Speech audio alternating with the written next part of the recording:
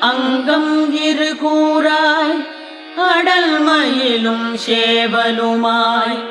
துங்கமுடன் நாற்றெழுந்து தோன்றுதலும் அங்கவற்றுள்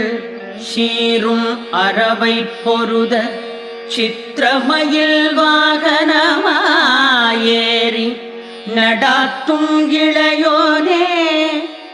மாறிவர் சேவல் பகையை திரள் சேர்ப்ப